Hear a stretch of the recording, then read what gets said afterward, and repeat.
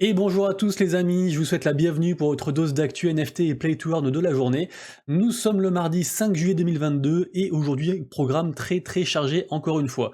Du coup, deux enjeux pour la vidéo d'aujourd'hui, faire en sorte qu'elle dure pas 3 heures et puis articuler le plus possible pour que vous compreniez toutes les news qu'il y a à voir.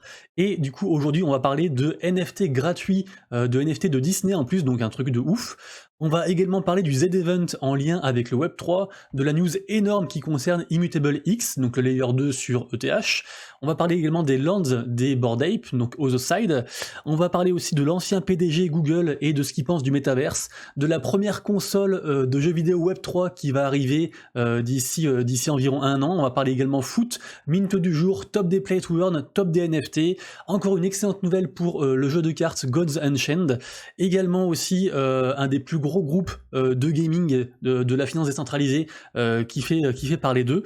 Et on finira par la découverte d'un Play to Earn un peu en mode animé genre manga. A tout de suite.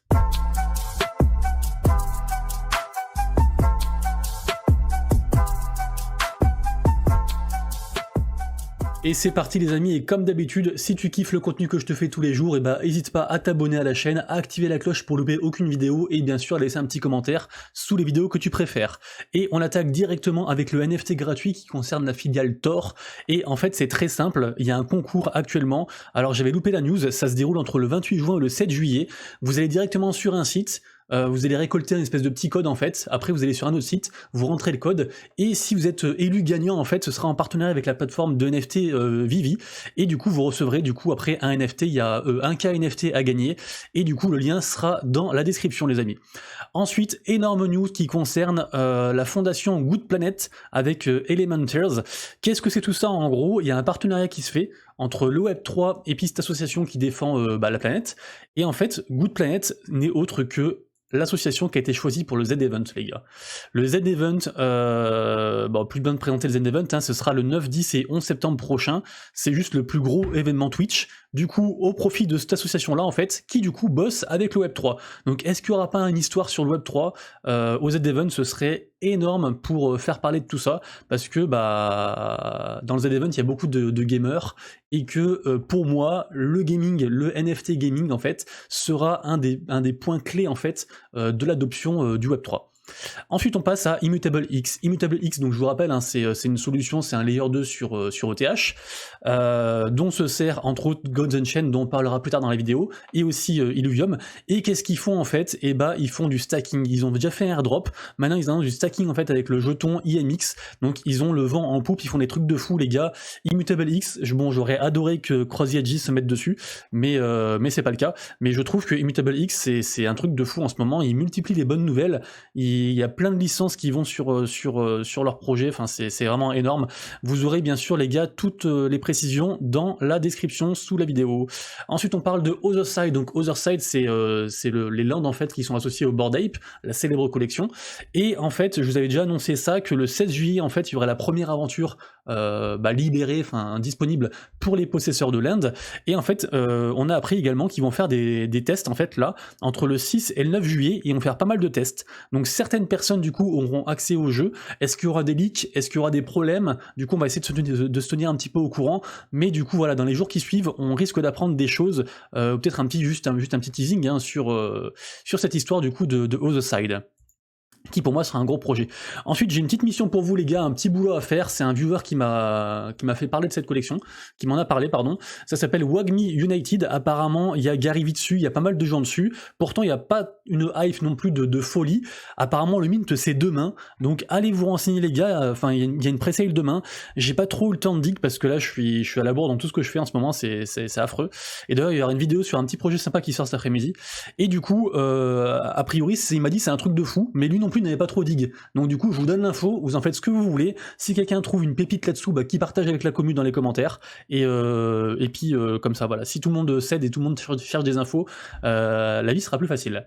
Ensuite, on va parler de l'ancien PDG de Google et de sa vision en fait du métaverse. Donc c'est Eric Schmidt. Et en fait, pourquoi je vous en parle? Parce que lui, il dit que en gros, le métaverse, ok, c'est très bien. En fait, on sait pas vraiment ce que c'est. Est-ce que ce sera le métaverse de Meta, donc du groupe Facebook, ou est-ce que ça sera autre chose? On sait pas trop. Et d'ailleurs d'ailleurs, dans l'article, en fait, il nous parle d'une étude. Apparemment, il y a 2 personnes sur 3 qui ne savent même pas ce que c'est le métaverse. Donc c'était assez intéressant, je sais plus où c'est écrit, mais bref, vous lirez l'article. Mais qu'il y ait quand même 2 personnes sur 3 qui ne savent pas ce que c'est le métaverse, en fait, ça veut surtout dire en fait que chacun a sa propre définition du métaverse. Donc je vous invite à me dire ce qu'est pour vous le métaverse, ça m'intéresse grandement, et on fera peut-être un petit sondage comme ça. Est-ce que le métaverse, c'est rajouter des lunettes et puis avoir des interactions sur la vraie vie, comme on disait l'autre fois, voilà, j'aurai ma bouteille, et puis je sais qu'elle a été fabriquée il y a 1 an. Est-ce que c'est se projeter dans un monde virtuel avec genre des gants tactiles et puis tout ressentir?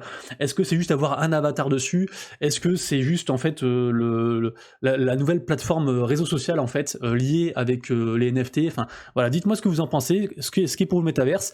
Est-ce que le métaverse en fait ça existe pas déjà depuis tous les jeux genre World of Warcraft, etc. Enfin voilà, dites-moi votre définition les gars, ça m'intéresse beaucoup. Ensuite, alors ça, énorme news, la première console de jeux vidéo Web3 qui du coup intégrera directement en fait la technologie de la blockchain en fait dans la console avec un écran 8K machin et tout. Enfin, moi je vois bien le truc en mode Sword Art Online. Vous savez, genre vous allez mettre des trucs et tout, vous allez vous faire aspirer dans la télé. Enfin, donc bref, on verra. Il y aura 10 000 exemplaires prévus pour 2024 et après pour le public du monde entier entre guillemets, ce sera pour 2025. Donc allez consulter ça les gars. En tout cas voilà, c'est le premier constructeur qui annonce une console Web3. On a eu les téléphones Web3, maintenant on a les consoles Web3, donc de toute façon je pense qu'on aura le monde Web3 d'ici très peu de temps. Ça va aller très très vite. Eleven Paris qui récompense ses clients avec des NFT. Alors je crois que j'en ai déjà parlé il y a une semaine ou 2 semaines, je sais plus, mais des fois je vois tellement de news, je sais plus de quoi je vous parle. Et des fois on me demande, mais ouais monsieur Rabbit, t'as pas parlé de cette news là? En fait si, j'en ai parlé, mais j'en ai parlé genre il y a 1 semaine parce que peut-être que j'ai eu l'info avant d'autres médias, du coup j'en ai parlé, du coup j'en reparle pas, et du coup les gens des fois ont l'impression que je parle pas de certaines news. Donc je vous invite les gars, au pire, si vraiment vous kiffez le contenu que je vous fais et que vous trouvez qu'il y a des bonnes infos, et vous rattrapez les vidéos dans la semaine, parce que en général je ne répète pas les news. Donc tout ce que j'ai dit hier, j'essaie de pas le répéter aujourd'hui, et ainsi de suite. Du coup, si je sais pas, si j'ai une news très importante, un peu en avant-première, parce que j'ai trouvé ça sur un site un peu bizarre, et que tout le monde en parle le lendemain, vous allez dire c'est bizarre, t'en as pas parlé, mais en fait si, j'en ai parlé hier. Donc du coup voilà, si vous kiffez, vous regardez les vidéos, les replays entre guillemets, ou des autres jours, il y a pas mal d'infos. Et du coup donc Eleven Paris, donc la célèbre collection de prêt-à-porter qui récompense en fait ses clients avec des NFT d'un petit singe qu'ils ont fait spécialement pour ça. Ensuite, on va parler du nouveau clip de Timbaland, le rappeur, qui se sert en fait de son Bored Ape. Je vous rappelle que les gens qui ont un Bored Ape en fait ont les droits de diffusion, de propriété intellectuelle par rapport à leur Bored Ape, donc ils peuvent en faire ce qu'ils veulent. Lui, il utilise dans son clip, il est quand même suivi par genre 1,5 million de personnes, donc c'est un truc de fou. Et du coup voilà, je vous invite à aller voir son clip. En tout cas, un peu l'image de Eminem et de Snoop Dogg, les rappeurs kiffent les Bored Ape et les NFT. Ensuite, dédicace à Biarritz, la ville de Biarritz qui fait une conférence, une espèce de petit event en fait autour des NFT. Ce sera fin août, et plutôt cool parce que en fait c'est un salon un peu interactif. Donc si vous y êtes, je vous invite à aller faire un tour et à me dire ce qu'il en est, si c'était bien ou pas. Mais du coup voilà, en fait vous allez pouvoir interagir avec des différents acteurs. Enfin c'est vraiment un truc d'échange en fait. C'est pas juste vous poser devant une conférence et vous regardez une vidéo quoi. Donc pourquoi pas, ça peut être sympa en tout cas. Voilà, ça peut démocratiser un petit peu plus les NFT. Donc GG à Biarritz. Ensuite le Twitter, comment on dit, Twittosphère, Twittoter, je sais pas comment on dit. Bref, un mec s'appelle Goofy Crypto qui nous parle en fait de l'équipe de foot d'Allemagne qui vient de créer sa propre collection de cartes NFT à l'occasion de l'Euro féminin de l'UEFA 2022. Donc plutôt cool. Du coup toujours pareil, j'ai l'impression qu'il y a des communes comme ça qui sont plus NFTophiles, genre les gamers, en tout cas certains gamers, le foot avec Sorare, enfin voilà. Donc plutôt cool. Petite news sport sympathique. Moins sympathique que ça maintenant, sur Cryptost, on voit un petit article qui a été fait sur le volume baissant des NFT. Et effectivement, le mois de juin a été un des pires, enfin même le mois le pire en fait, au niveau du volume des NFT depuis le début de l'année, sachant que janvier c'était le meilleur. Donc forcément, oui, ça vient avec le contexte actuel, mais même si c'est le pire mois, il y a quand même vraiment beaucoup d'échanges. Et de toute façon, on va le voir un peu avec les minutes du jour, le top des NFT et des play to earn également.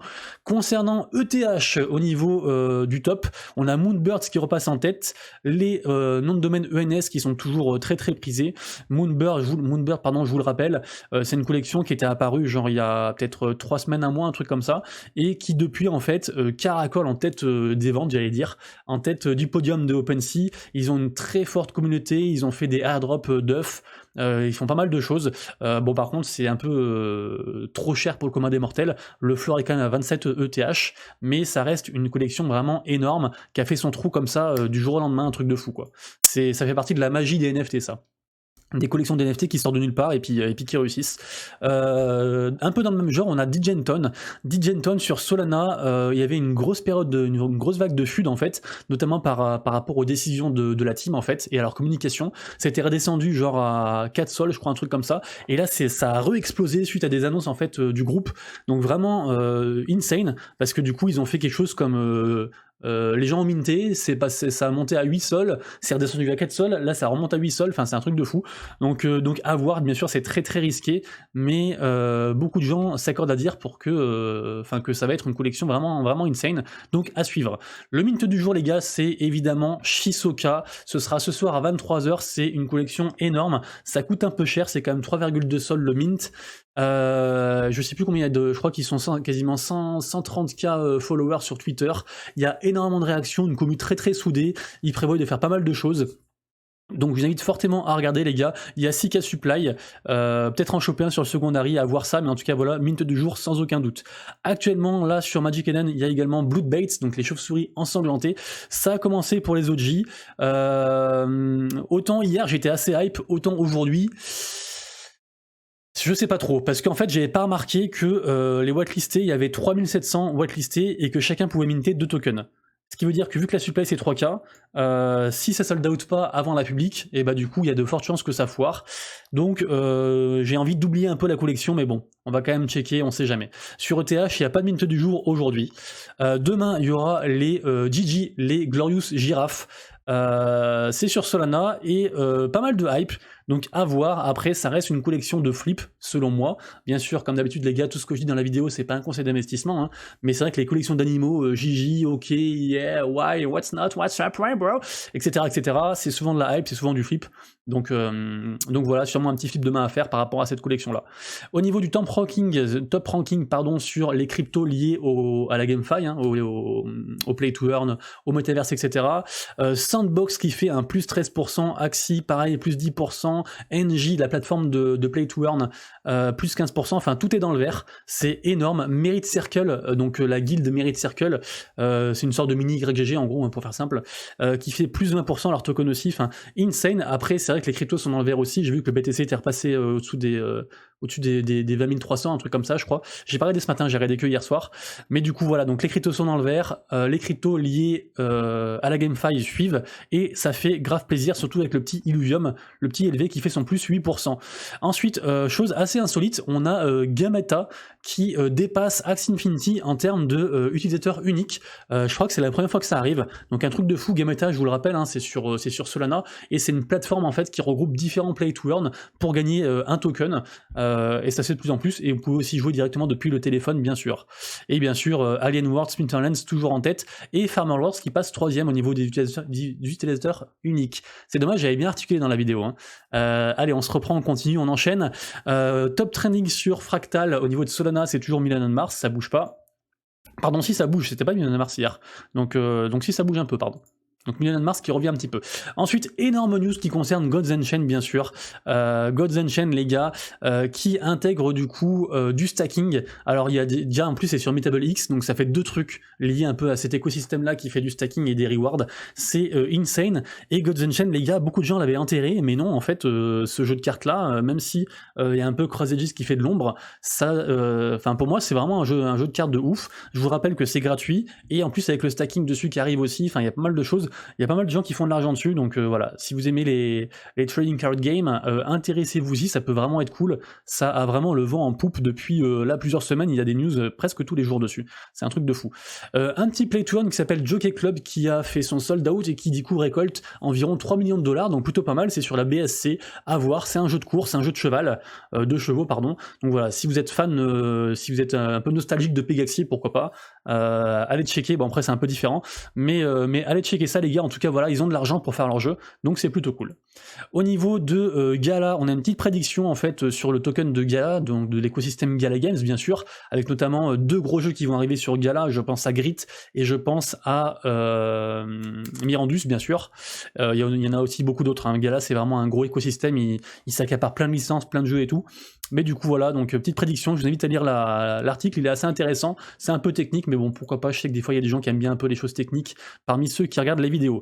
Ensuite le groupe TNC qui vient d'investir quasiment 4 millions de dollars en fait dans NS Studio pour faire le projet, le jeu, comment ça s'appelle, Game Tree je crois, c'est ça, projet Game Tree, donc énorme, j'adore en fait ce genre de news parce que en général les studios qui récoltent des millions de dollars pour faire leur jeu, bah du coup ils ont plus la pression de se dire ouais les gars il faut absolument qu'on sold out nos NFT sinon on peut pas faire le jeu derrière. Là ils ont de quoi faire le jeu, ils ont de quoi faire la com, le marketing, tout ça, tout ce qu'ils veulent, s'entourer d'une bonne équipe. Donc du coup se mettre early sur ce genre de projet là, ça peut souvent être payant, par contre voilà c'est souvent du long terme, donc voilà, mettre une petite bille comme ça, vraiment une petite fraction de votre portefeuille consacrée au NFT, Play to Earn, crypto, tout ce genre là, tout ce genre d'investissement vraiment risqué, ça peut être un bon deal. Donc pourquoi pas les gars, lien juste en dessous de la vidéo. Ensuite, on va parler de Blockchain Game Alliance. Qu'est-ce que c'est? Beaucoup de gens ne connaissent pas. C'est un petit peu les Avengers en fait du monde du gaming crypto. En gros, c'est un groupe avec plein de projets dedans, notamment Axie, Illuvium, TCG World d'ailleurs, dédicace à eux, et plein d'autres. Et en gros, eux, c'est un peu les Némésis des géants gaming du Web 2. Eux, leur cheval de bataille, c'est de se dire qu'on n'a pas besoin des anciens géants, des anciennes licences entre guillemets du Web 2, et nous on est l'avenir, et on va arriver à faire un truc tous ensemble, un petit peu décentralisé, un petit peu en mode DAO, etc. Et donc c'est un truc de fou. Et demain en fait, à du coup 18h, j'imagine, 16h PM UTC, ça va être 18h pour nous je pense. Donc demain à 18h du coup, vous pourrez rencontrer la team, leur parler, voir leur vision, et chose intéressante, j'ai vu qu'il y avait Thomas Gio dedans, donc le founder de Heroes of Arcane, le jeu qui fait beaucoup parler, soit en très mal, soit en très bien. C'est un peu QTT vs le reste du monde. La rentabilité des play to earn contre le fun, on sait pas trop. Donc moi j'ai fait une vidéo d'ailleurs dessus si ça vous intéresse, sur Heroes of Arcane, mais du coup ça peut être grave intéressant de suivre ce genre de petits débats, et en plus on peut interagir avec la team, donc c'est plutôt cool.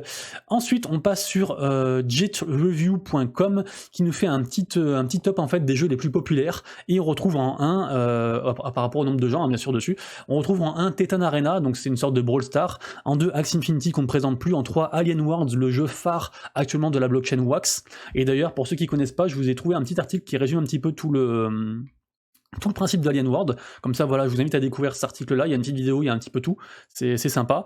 En 4 Splinterlands, on avait fait un petit stream dessus aussi, le jeu de cartes qui cartonne actuellement, qui fait maintenant 2 saisons d'ailleurs, il y a une petite news dans la vidéo d'hier. Farmer Wars encore sur Wax, Upland, Gameta, Arc 8 aussi c'est pareil, c'est un conglomérat en fait de plein de play to earn sur une seule plateforme, et après Sunflowerland. Donc vraiment sympa, j'aime bien ce genre de petit top, ça donne des indications, des fois on oublie un peu parce que les géants sortent pas forcément des news tout le temps, et du coup on oublie qu'ils sont toujours top 1 en fait, et que beaucoup de gens sont happés par ce genre de projet là, donc j'aime bien ce genre de news là. Et on finira la vidéo par un projet qui a pas mal le vent en poupe, pas mal de hype sur les réseaux sociaux en fait, c'est un projet cross-chain sur la BSC et les réseaux ETH Polygon. C'est en gros un play to earn de fantasy un peu axé animé manga. J'avais trouvé une vidéo, bon c'était pas celle-là, mais bon c'est pas grave.